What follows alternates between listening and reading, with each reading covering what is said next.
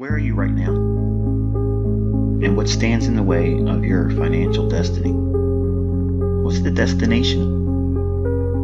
What keeps you going every day? For some of you, it feels like it's a lifetime away. Success and consistent trading, the ability to support yourself and your family by means of speculation. And for others, it's for the folks that just started. You think you're going to do it next month.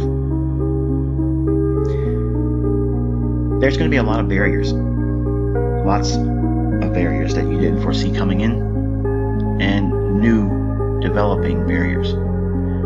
But a barrier is not a definitive end. It's a problem. And as a speculator, a trader, you have to be a good problem solver. If you don't have problem solving skills, you're going to struggle. For me, when I was coming up as a developing trader, in 1992, I was residing with a family member. I lived with my aunt and uncle, and the uncle was the one that was a commodity trader in the 80s and tried to talk to me when I was 16 to get me involved in trading, or at least thinking along those lines as a trader and aspiring to be such upon graduating school and getting a degree or so. And when I lived with them, I inherited a lot of bad habits initially, and it caused depression. And some of those bad habits were fear, procrastination, and a underlying sense of not deserving it. So my upbringing was very modest, and we didn't have a whole lot of much really, but we didn't miss it either because we were never exposed to having a lot. So when I saw a family member of my immediate family doing well by all definitions back then, in the 90s, it was your middle class, success story from an outward stand. And I aspired to have that. But upon going to work for a company that put me in a 13-hour routine, just about 6 days a week, and only having Sundays off, I quickly realized that wasn't the path for me. I developed a very strong work ethic. I never missed a day of work, and I wanted to focus on getting out of the rat race. Now, most of you that know me know that I got started as a commodity trader by way of Ken Roberts' course, which really isn't a course. It's you pay to put yourself on a mailing list, let's put it that way. But I'm happy that I got started, because if I would have never gotten started, Lord knows where I'd be at today. Probably very miserable, very unhappy, to say the least. But I worked a lot of hours at my job, and every waking moment that I had an opportunity to read about the marketplace, listen to some commentary about the markets, I was constantly digesting it. I was a sponge that never was filled. It was always an appetite for me to want to learn more, and I've always maintained that, approach about it. And while I really don't learn anything new from other people or other methods or anything like that, I learn a lot about myself in the engagement of the day-by-day relationships to price action, and I learn a lot about human psychology, which I guess in a way has a lot to do with trading, but not in the sense that if we sat down in the same room together and we were talking about the markets, I would gravitate to human psychology a lot. And if you were new, you would want to start talking about entry points and how to get this or how to get that in terms of profits. And that is going to be a problem and a barrier for you. So what I had to do was submit to a lot of time. My approach to doing all this was very structured in the beginning because I already knew it was going to be hard for me. I had no misconceptions or fantasies about how it was going to be easy for me to do it. But at 20 years old, I was thinking to myself that I wanted to be retired at the age of 40. And to my family, that sounded ludicrous. It was unachievable. You couldn't get it. You couldn't obtain that. So submit to the work and grind like everyone else does. And that created a sense of anxiety in me to the degree where I was not going to relent until I got myself to the position where I wasn't going to have to work for money, because I felt working for money was a stupid waste of my time, it was a waste of my energy, and there was a lot better things to be doing than to go to work for someone else. They're never going to appreciate you, not to the degree they should or that you would want them to. So basically, to have a job or go out into the workforce is rather stupid. So now I know some people are going to scoff at that and say, well, everyone needs to work. They have to have a job. They have to have the ends meet, if you will. And I agree. But that's not a destination. Now, unfortunately, most people create that as their final destination because of procrastination, fear of failure, failure to observe the realities of having the resources, whether you accept the fact that you do or don't. Everyone has the resources. There's absolutely zero excuses why within 10 years anyone can retire. Now, I'm not saying that you are going to retire a multi-millionaire, but you could certainly find a way to replace your current income. Now, if you could do that, think about it. Isn't that really the definition of being rich? Now, I'm not saying super wealthy in elite status, but to be rich is you're not working for money anymore. So if you find a way to replace your current income, even if it never goes up, if you just made ends meet, that's rich. Now, some of you would disagree with that because your definition of rich or wealthy or affluent is going to vary from mine. But I'm telling you from a storyline, this is how I came up from this. I came from a very, very modest upbringing, very modest start. So it was a 20-year plan for me. Now, for most of you, you won't subscribe to that. 20 years is too long. Sorry, let me go to the next video. Let me go to another YouTube mentor. Let me see who's selling the system. Okay, give me a process of, give me in 1, 2, 3, give me the profits and wash, rinse, repeat. I never really subscribed to that very long, initially because everyone's baptized in the same way with trading its indicators and buy and sell and this, that, and the other thing. But I found quickly that that wasn't the way to do it. And because I'm a very analytical person, I have a very technical approach to things. I'm methodical in a lot of ways, and I've always been that way. So if someone speaks to me, I'm always analyzing what's their ulterior motive. And maybe there isn't one, but I'm always thinking that, and I'm always trying to decipher, get to the root cause of problems, because that's where the solution resides. In the American society, we're trained to accept the problem and just grind through it. I don't subscribe to that view. I subscribe to the fact that there is an alternative solution to our present condition that is working too much for too little. So I had to submit to a long-term process because I had readily admitted that my aptitude for it was probably going to be insufficient. So therefore, I allowed myself up to the age of 40 years old before I would really consider myself proficient, success, whatever. Okay, so I was already building in a far and wide definition of success, and I gave it a long-term deadline. Now, if you're living with your folks, or if you're living with family members, or if you're living with a person that you don't really want to be with, but because of necessity you have to be there, that is many times a very toxic environment.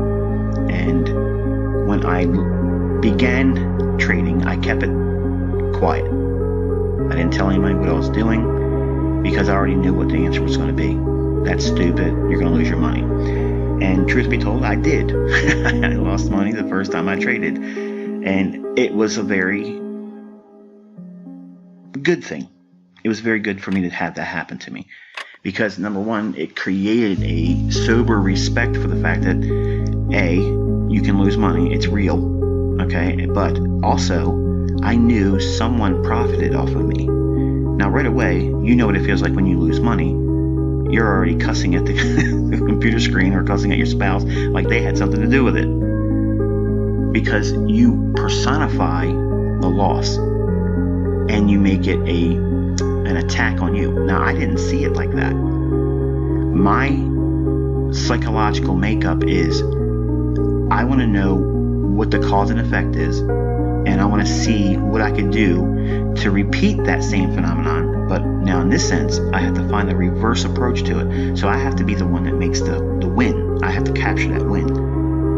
So my pursuit from age of 20 was to kind of like formulate a process for myself that would weather all of the inbound negativity that's going to come my way. Because I couldn't keep it quiet for long. And eventually people are going to find out what I'm doing.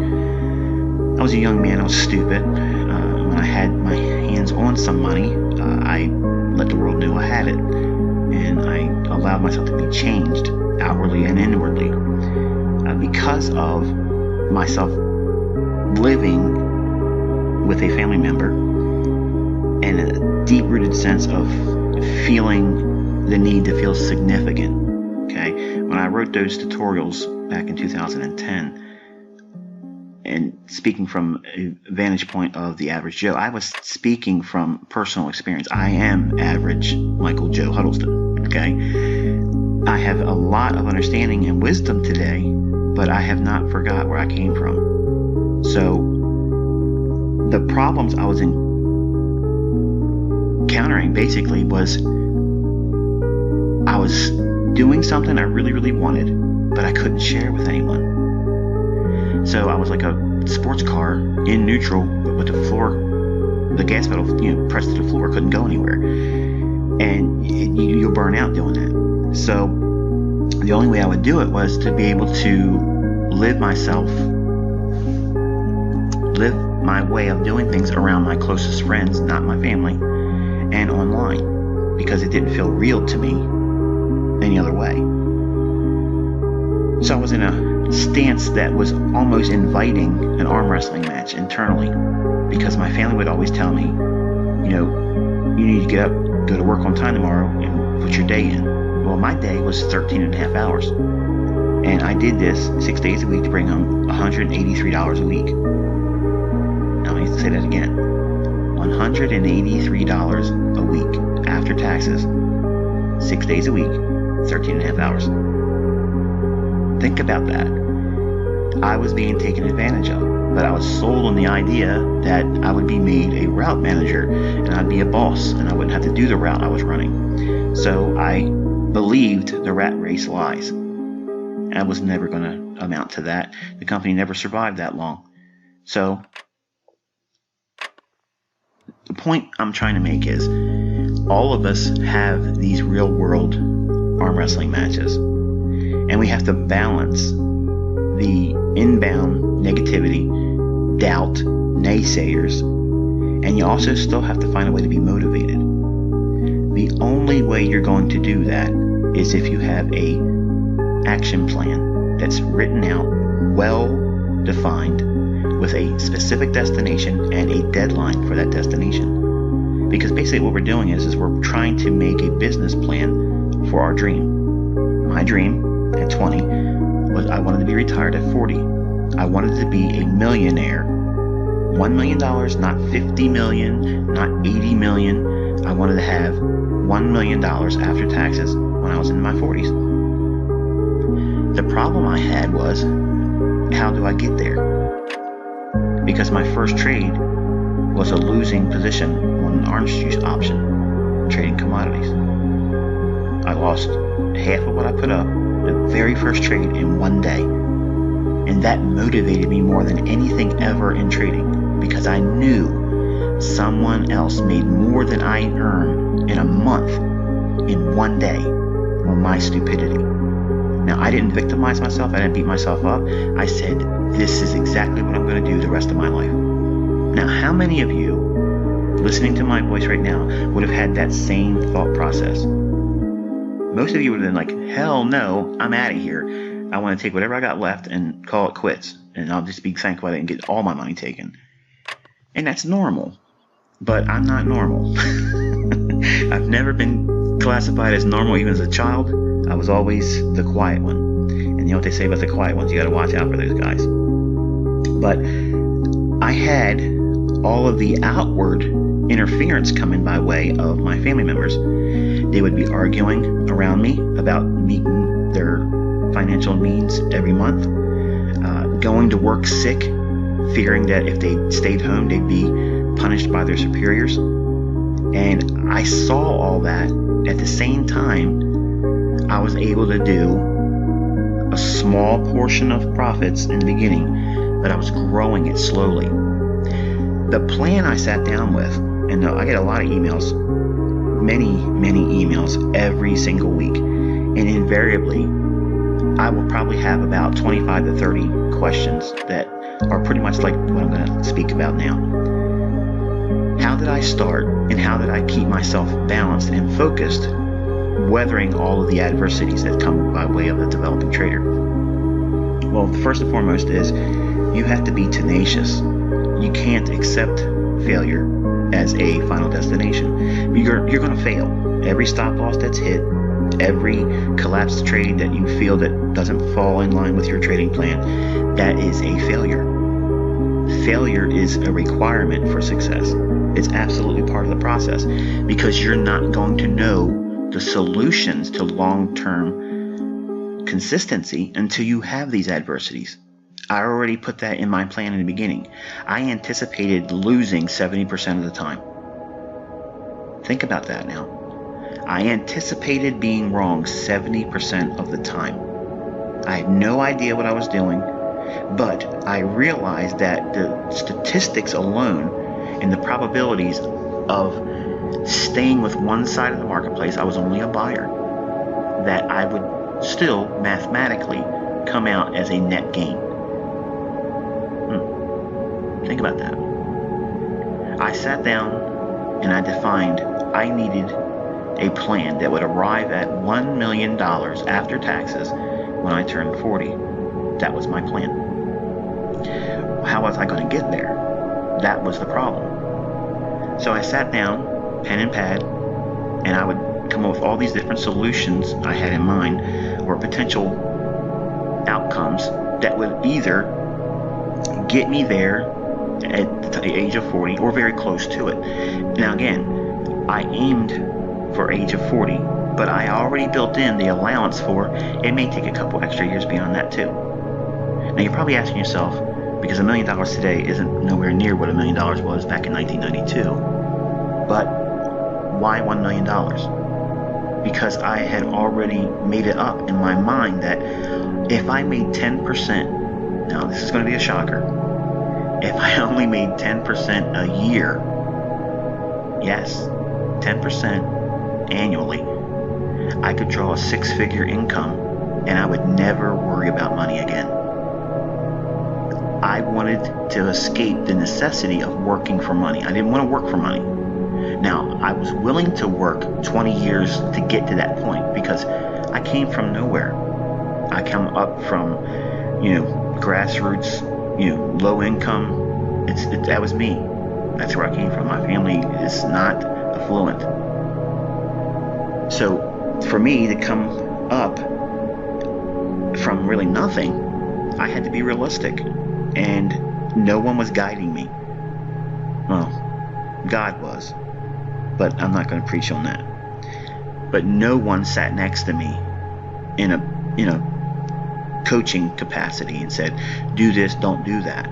Everything I did was by trial and error, and I was losing lots of money learning all these things. Real money, not demo account. So What I sat down with pen and pad was I had a 20-year plan to make $1 million after taxes. So how do we do that? So I figured if I did this, number one, I got 20 years of time. So I have lots of time to make errors and not be right all the time and only be right 30% of the time. I would have to make $50,000 every year, okay, to get that after taxes. So I have to make enough to make a $50,000 net gain every single year, 20 years in a row to achieve this. Now, in a perfect world, that would be expected. And I was willing to submit to that. That means I would make money, lose money, make money, lose money, but at the end of the year, after taxes, I should arrive at $50,000 net. And I'm not spending the money. I'm not going to buy a car. I'm not going to go on vacation. I'm not trying to impress my girlfriend. I'm not trying to do all those types of things. I'm going to submit to this process of 20 years. I was not going to fail. That was in my mind. Everything was this. I didn't have a plan B. There was no, well, maybe I'll just settle and just get a better job. I was not working the rest of my life. It was not going to happen. But I also modularly broke that down into other potential ways of getting to that same outcome. And the idea basically is what that spreadsheet is I shared back in 2010, breaking down how whatever I do in terms of my weekly goal, I have 3 different ways I can do it. I can do it as a scalper, I can do it as a day trader, or I can do it as one shot, one kill. So I'm not limiting myself to only one way of doing something, because that creates a sense of urgency. And if it doesn't work, not only is it debilitating mentally, but it puts you behind the 8 ball, and then you have to play catch up. And that's why I pick low-hanging fruit. Now you're probably thinking to yourself, $1 million, Michael, that's not low-hanging fruit. Well, over 20 years it is. Absolutely. And that's where I came from. Modesty and modest results. That's what I was looking for. 20 years to get to a $1 million. Then all I had to do at $1 million is to make 10% a year, and I'm going to make $100,000 a year. And who cares if it's taxed? I can live off of that money the rest of my life and never have to have a job. That's all I wanted. That's all I wanted. I didn't want to be a multi-millionaire, billionaire, or a globetrotter, spending money all over the place. That wasn't what I wanted. I didn't have that mindset when I was a younger man. Didn't think like that. So eventually, as I was working towards becoming better at defining setups, I realized that I could do far more than 10% a year, and I could do a lot with very little per week. My actual plan was trading the bond market, the U.S. Treasury market. Now, this is not an invitation for you to try to repeat what I did. Obviously, I lost a lot of money doing this too. It wasn't just making money. But my plan was, in the bond market, every tick, and there's 32 ticks in a full handle move in the Treasury market. Each one of these ticks is worth $31.25. My average stop loss for a bond trade was about 5 ticks. So what I wanted to do was break the market down in such a way where all I needed was 13 ticks on 5 contracts of the Treasury bonds. If I did this every single week using a percentage approach to money management, I would eventually grow faster than I would need for a 20-year plan. Now, I didn't know this right away. Okay, when I first started trading, the first couple of years, I was only sticking to one lot. Give me one lot and I'll build it up. Give me one lot and I'll build it up. It wasn't until I started studying the Kelly approach, okay, and Kelly criterion with the approach to money management that was mentioned by Larry Williams. And I looked at some things with that, and I came up with a slightly different approach of using that same type of thinking. And I had a way of accelerating gains, and then also neutralizing the effects of drawdown, and calling, a more smoother approach to when the market is not giving you wins. If you're in a losing cycle, you have to go back to a point at which where you're not going to lose money. because not only are you trading with money that can be lost, but you're also trading with mental capital.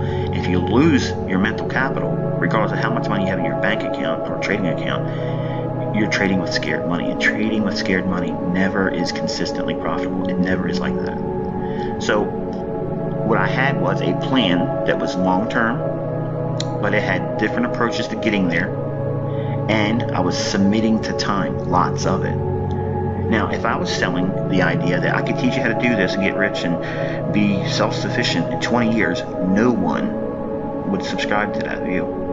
But that's exactly how I started. Now, as I matured as a developing trader over the years, I've learned a lot. Tons of things that help me do things with a short-term time horizon. And if I'm feeling competitive, I can do things explosively in terms of percentage gain. That's not necessary. When I teach folks can only focus on getting 25 pips per week net, I mean that. I absolutely mean that. Because if you can do one thing well and repeat it, it doesn't matter how much you start with. You just have to have the time and the consistency and discipline to stick to it. Now, what happened when I was going through this process and having adversities?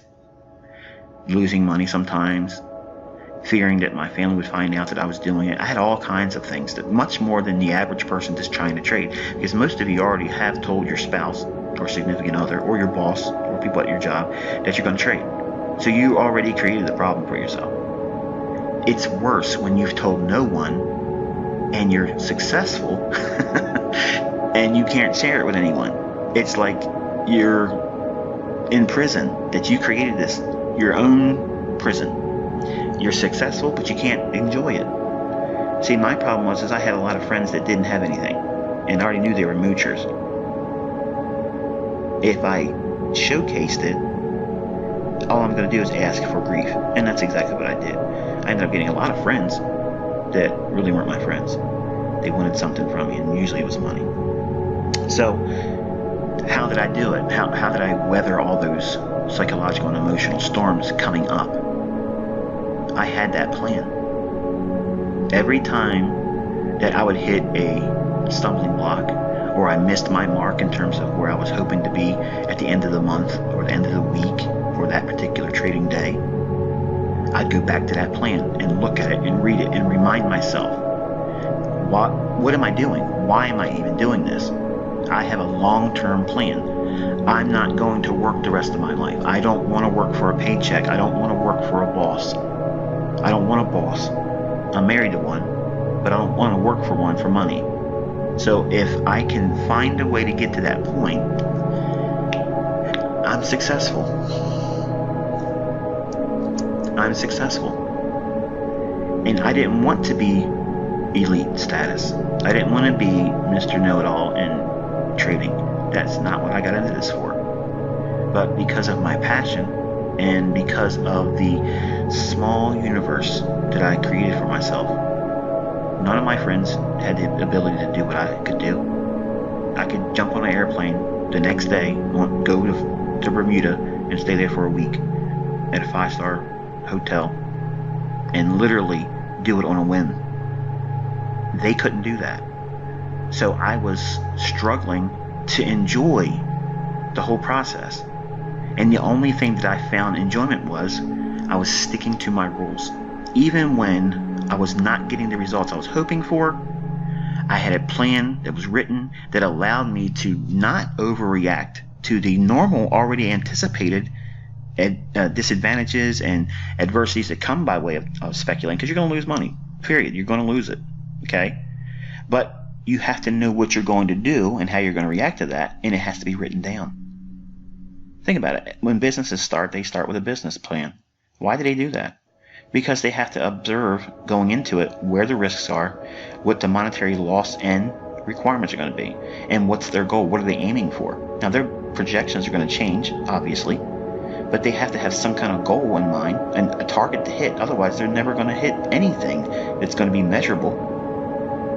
So by having a plan that's well written with multiple approaches to arrive at that same defined definition, and that definition is going to be all different for all of us.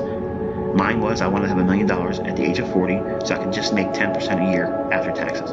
That's it. Because I wanted to be a six-figure income maker, and that was it.